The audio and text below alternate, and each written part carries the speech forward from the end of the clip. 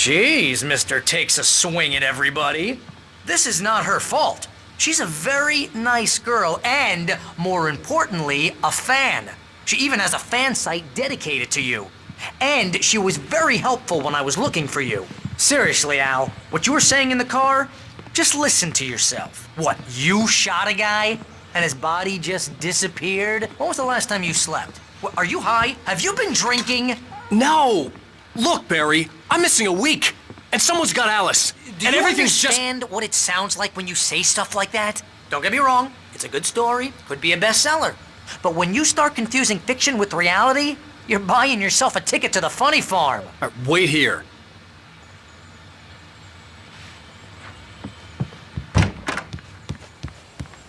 Easy there, boy. I'm almost done. Hey, Rusty, right? You rent cabins. Oh, Mr. Wake. I'd shake your hand, but mine are kind of full here. Actually, I'm sorry about this. Would you mind grabbing the registration form from the desk? It's just across from Bucktooth Charlie. Okay, sure. What happened? Crazy poachers. Max here got his foot caught in a trap. They're illegal to use here. Hell, you're not supposed to hunt within the park at all. But that doesn't stop some lowlifes. Well, at least Max is gonna be okay. He got lucky. Max is still groggy from the shot I gave him, and I'd rather not leave him alone just yet. The form's on the desk across from the mammoth skeleton.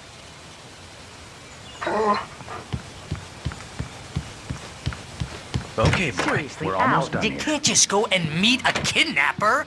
Those situations always end up in disaster. You gotta talk to the cops. She's my wife, and it's my call. Can we talk about this later? No, this whole thing, listen, you hit your head. I mean, geez, Al, come on. You gotta understand how crazy all this sounds. If you're trying to pull a joke on me, freak me out, it's working. Ha ha, let's have a laugh on Barry. Well, you had me going there real funny, Al. You can quit it now.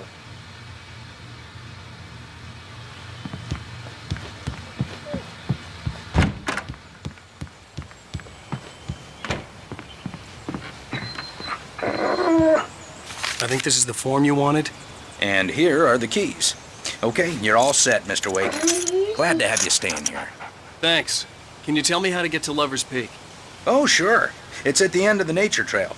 Just follow the paths, you'll get to it eventually. It's an easy walk. Nice spot, too. If you have any trouble finding it, just keep your eyes on the radio mast. It's right below that. Oh, and hey, if you take a walk in the woods, watch your steps so you don't end up like Max. I guess I'm a little worried. We got a bunch of campers out there we haven't heard from. It's not like these people are on a schedule, but with the traps, well, you know. I just don't want any trouble.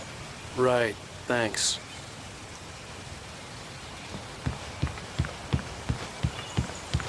Look, Al, you're asking me to believe that you shot a dude who went poof into thin air, a guy who was bulletproof until you pointed a flashlight at him. You hear that from people who end up spending time in padded rooms, strapped to their beds, wearing white shirts with too long tangled up sleeves, and eating a healthy diet of pills.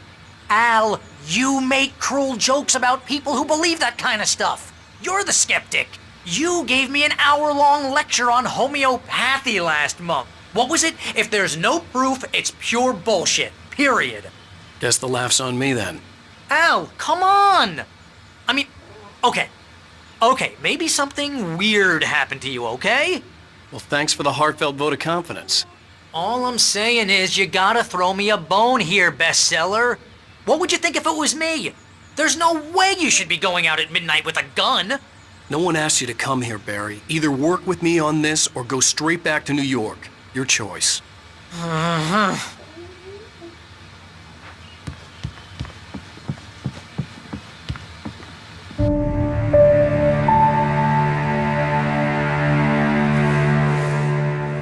That's just crazy talk, Al. Al? We should go to the sheriff or call the FBI. Damn it, Barry, they'll kill her! This is not a goddamn debate, Barry. I'm going to Lover's Peak. He said to come alone. Okay then. I understand. But you're my best friend and I'm worried that you're not right in the head. Tell me what to do to help and I'll do it. You stay here, and if I'm not back by morning, call the cavalry. Achoo! Achoo! Just be careful with the natives, Al. These yokels are dangerous. Everybody hates a tourist, or it'll be deliverance all over again. Achoo! Bless you. Oh, this place is trying to kill me. I'll bet there's mold in here, spores, poison ivy, God knows what. This is so not worth a 15% commission.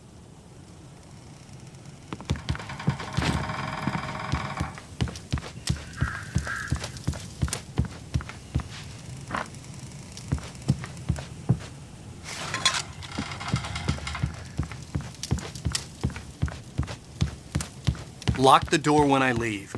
Yeah, you go ahead and do what you have to do. I'll be fine. Alone, but fine. In a cabin straight from a horror movie.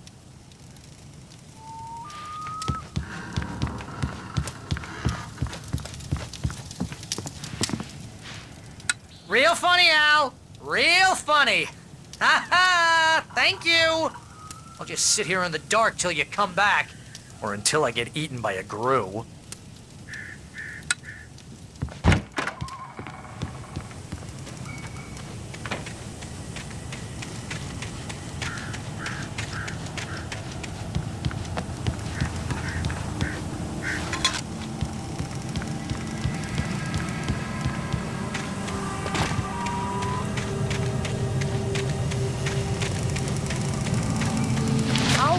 Wait here, Al. I'll hold down the fort. I'll be with you in spirit every step of the way, Al. Watch the door now.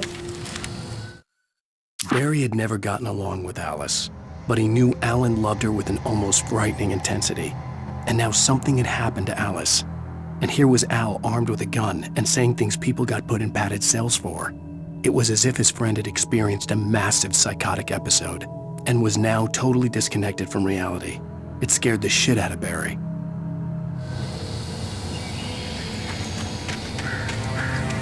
I knew I should have gone to the cops. This wasn't the smartest thing I'd ever done, but I was still angry with Barry for trying to talk me out of it. These people had called me right in the sheriff's station. The cops wouldn't scare them, and they had Alice.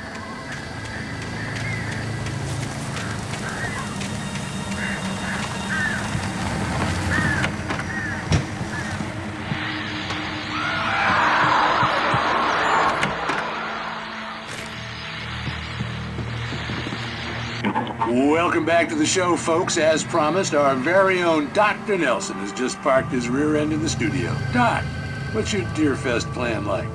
My plan? You make it sound a lot more organized than I ever seem to manage.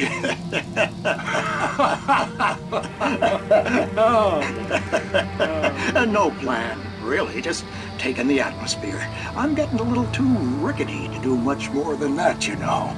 Oh, tell me about it. No sack race for us older gentlemen, huh? Yes, exactly, Pat. But I'm going to check out the parade, of course. And I'll be one of the pie contest judges, too. Well, that takes a different kind of constitution. Oh, yeah. It's my kind of exercise. Now, Doc, seriously, you're in pretty good shape, though. You're the outdoors type. I know for a fact you're an avid fisherman. That's right. Matter of fact, just caught a heck of a largemouth bass early this morning. But you're not taking part in the fishing contest? No, not this year. See, Pat, I'm just not that competitive anymore. Now I just like to take my time and enjoy the peace of it. It's no fun if I need to worry about what I'm catching, you know? Considering your track record, the participants are probably pretty happy you feel that way. Well, Pat, that's kind of you to say.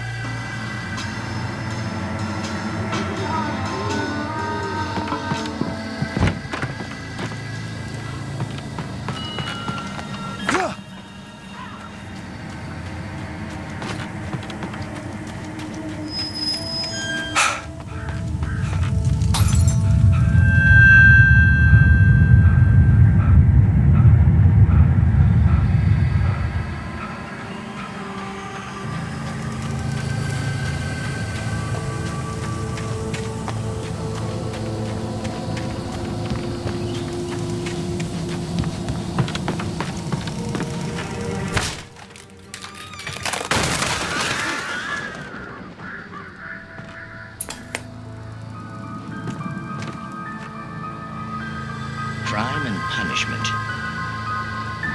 The cancer and cure of civilization. But some crimes are impossible to punish, especially in Night Springs. Tonight's episode, The Man in the Mirror.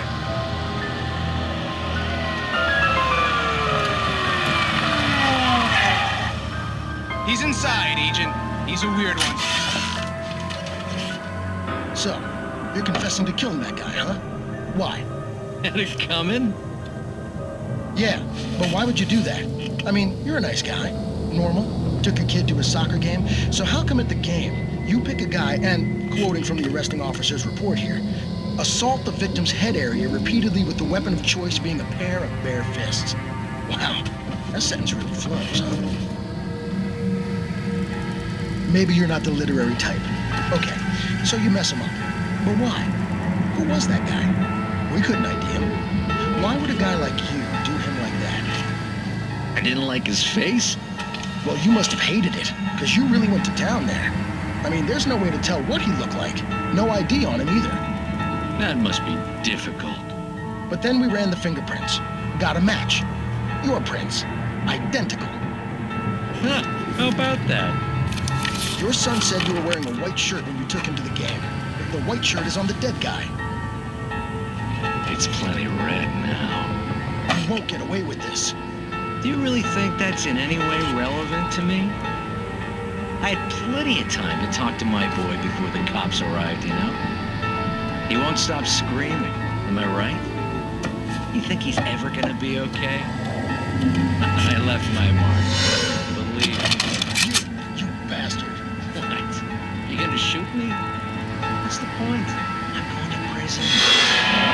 You got me. I don't understand any of this. And you never will. Don't worry.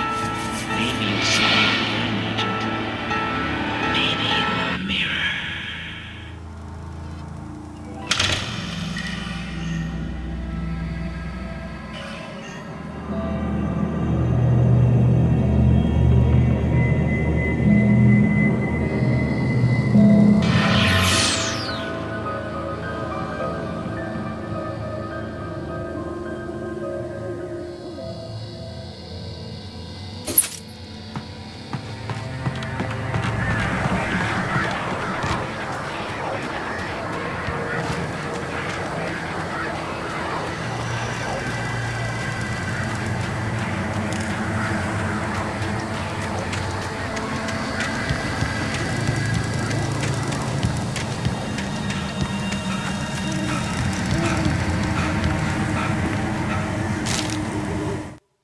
Rose knew that Rusty was in love with her, and she liked him too. She liked him a lot. He taught her to dance, and life had certainly taught her the value of a man who was gentle. He treated her well, made her smile, made her feel good. But Rusty wasn't the prince of her dreams, and that tended to underline the unbearable truth. She was no closer to that Hollywood magic than he was.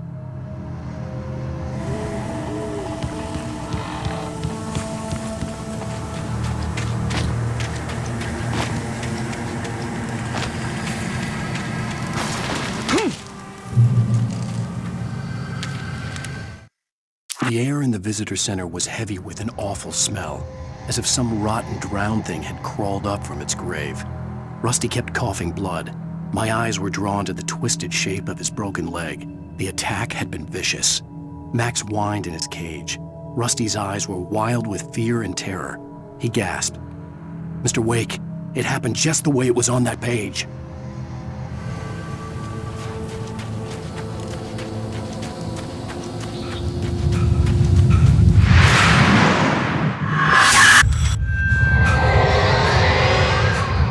Vision left me weak.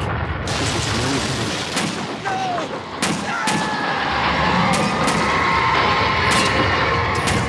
Rusty, hang on! I'm coming! Please, help me!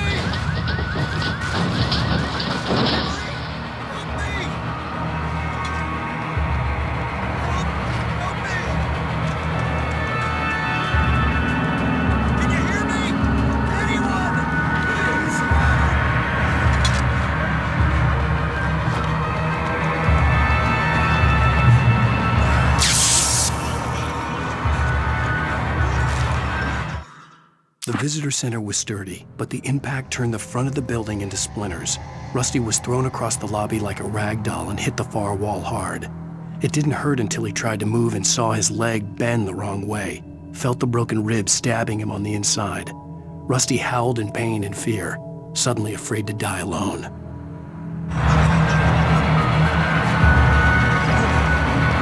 Help me! Somebody! Hello? Back here! I'm back here! Mr. Wake? Oh, hell. It happened just the way it was on that page. I found. Came true. It knew. So dark. It'll come back for me. You must... The lights. In the office. I have the key. Okay, Rusty. Hang on. I'll be right back. Whatever did this couldn't be far. Rusty had found a page from the manuscript. It would help me understand what had happened. Shh, good boy.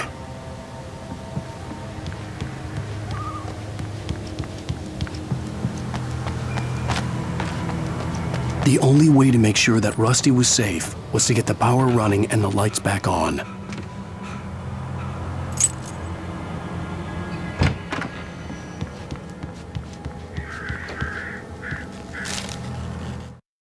At the last instant, I changed direction and threw myself down.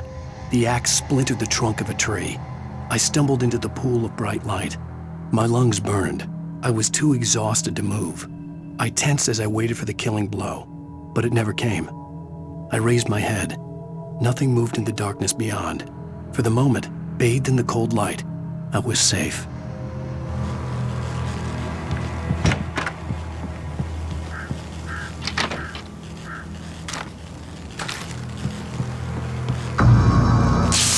Too late. Someone had destroyed the circuit breaker. There was no way to get the lights back on.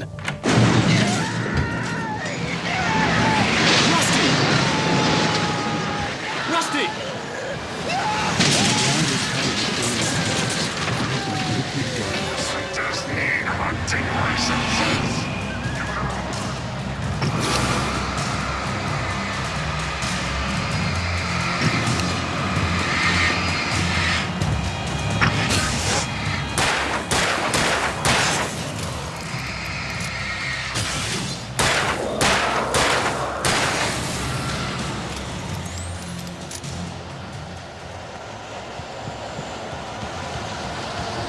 Something had torn a mammoth-sized hole in the wall.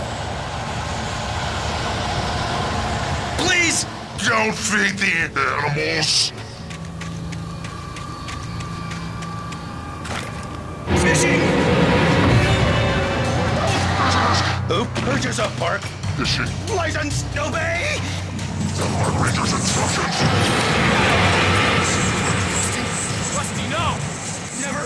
Gun runs closer than 100 yards. 2 bears and wolves! Never approach! Closer than 25 yards. Pets must be leashed. At all times. Never leave your And unattended. It is Against the law. to remove any Natural from the park.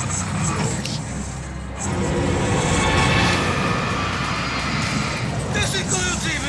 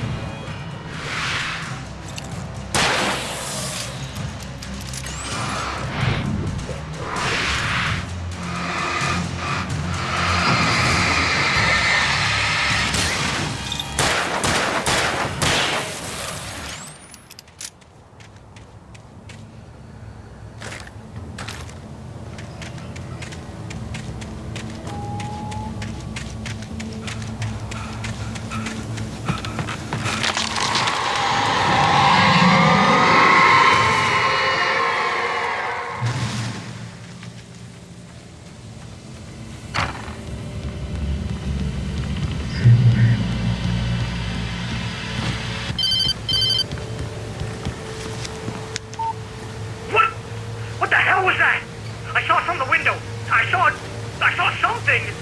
Forget about it, Barry. It's just me going crazy. Oh, jeez. Oh, jeez. You're not crazy. I wish you were crazy, but you're not crazy! Ow, be careful. Stay in the cabin. Don't open the door for anyone. I mean it. In that last instant of consciousness, Rusty thought about Rose. He was older than she was. Rose was barely out of her teens, but she made him feel young and forget what a train wreck his long-dead marriage had been. He still wore the ring. He'd been waiting for her to tell him to take it off. Now she never would.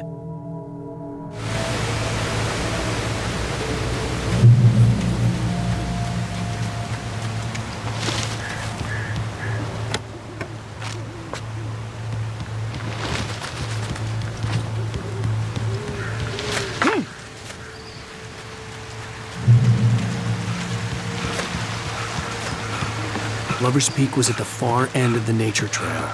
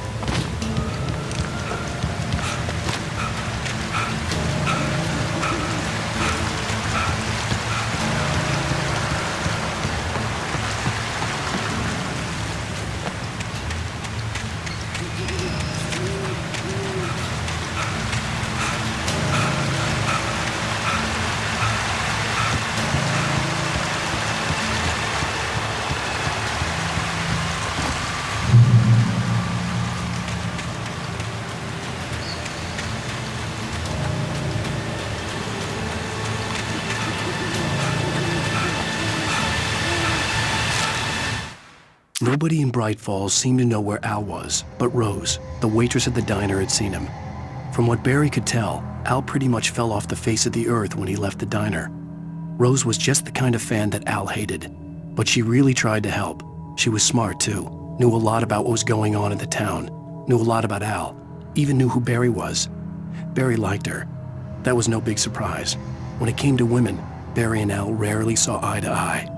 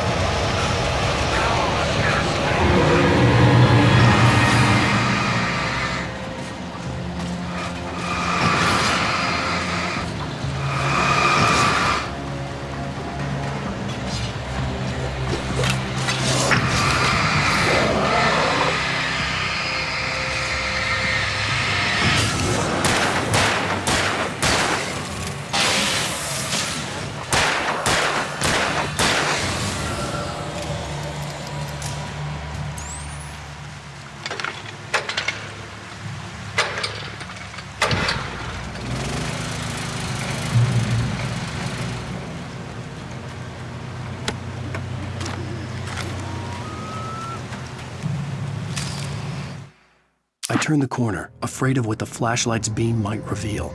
Suddenly, a roughly painted symbol of a torch glowed in the light. Behind it, hidden by a rock, sat a battered metal trunk. It was here for a reason, packed with supplies, batteries, flares, ammo, things you need to make it through the darkness of the night. Something left behind by someone who knew what I knew, and more.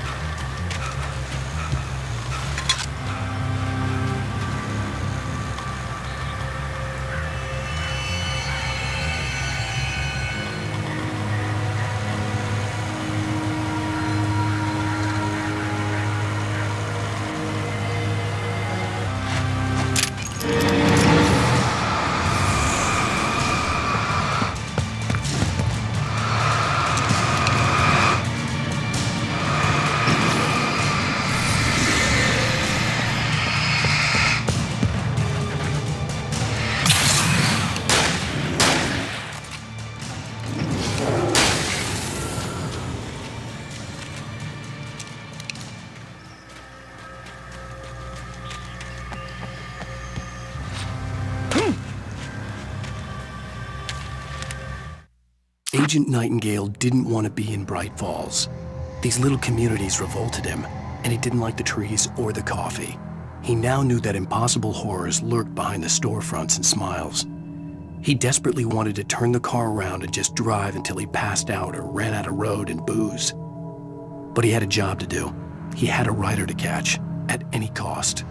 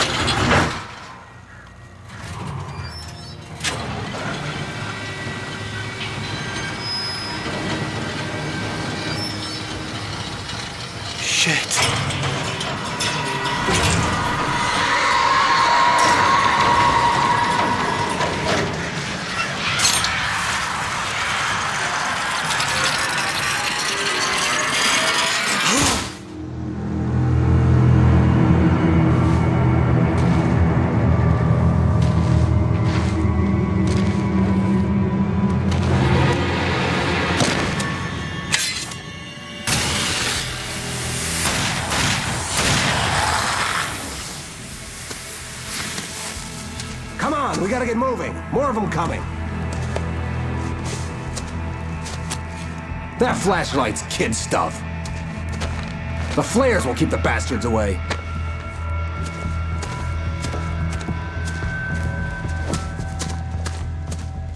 course I see him. Come on, we gotta move.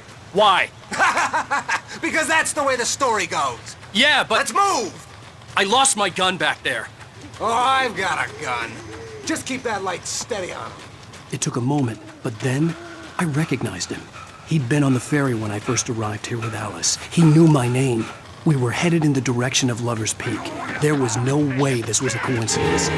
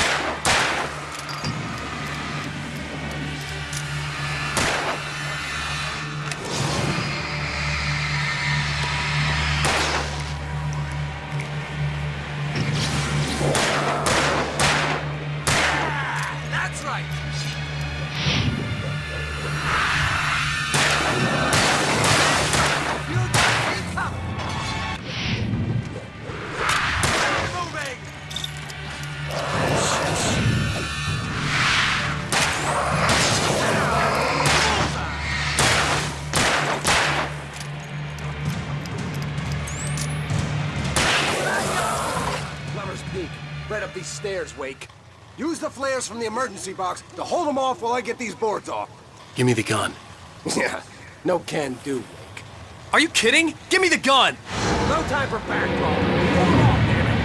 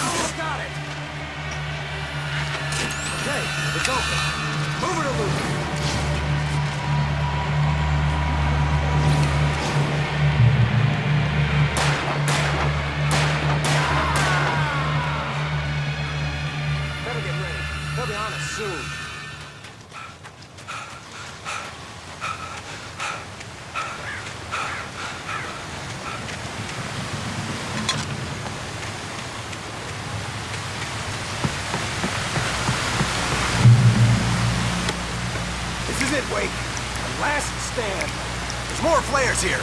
Get ready. We fight them as long as they keep coming. Give me the goddamn gun! They're coming! That's not how this goes. Get with the program, Wake.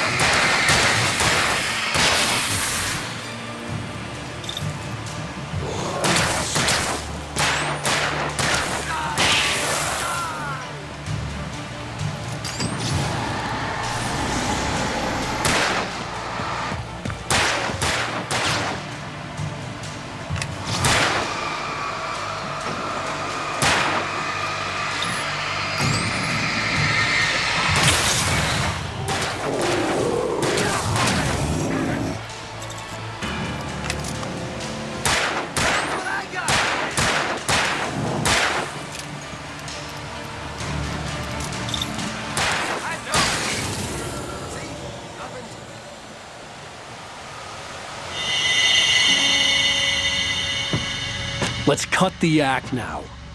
Where's my wife? I knew you were gonna say that. I read it all before. You're a hell of a writer. Congratulations. You're gonna bring about something glorious and terrible once we get you some proper editorial control. What the hell are you talking about? Where's Alice? I want the entire manuscript, or she's gonna suffer bad. You touch her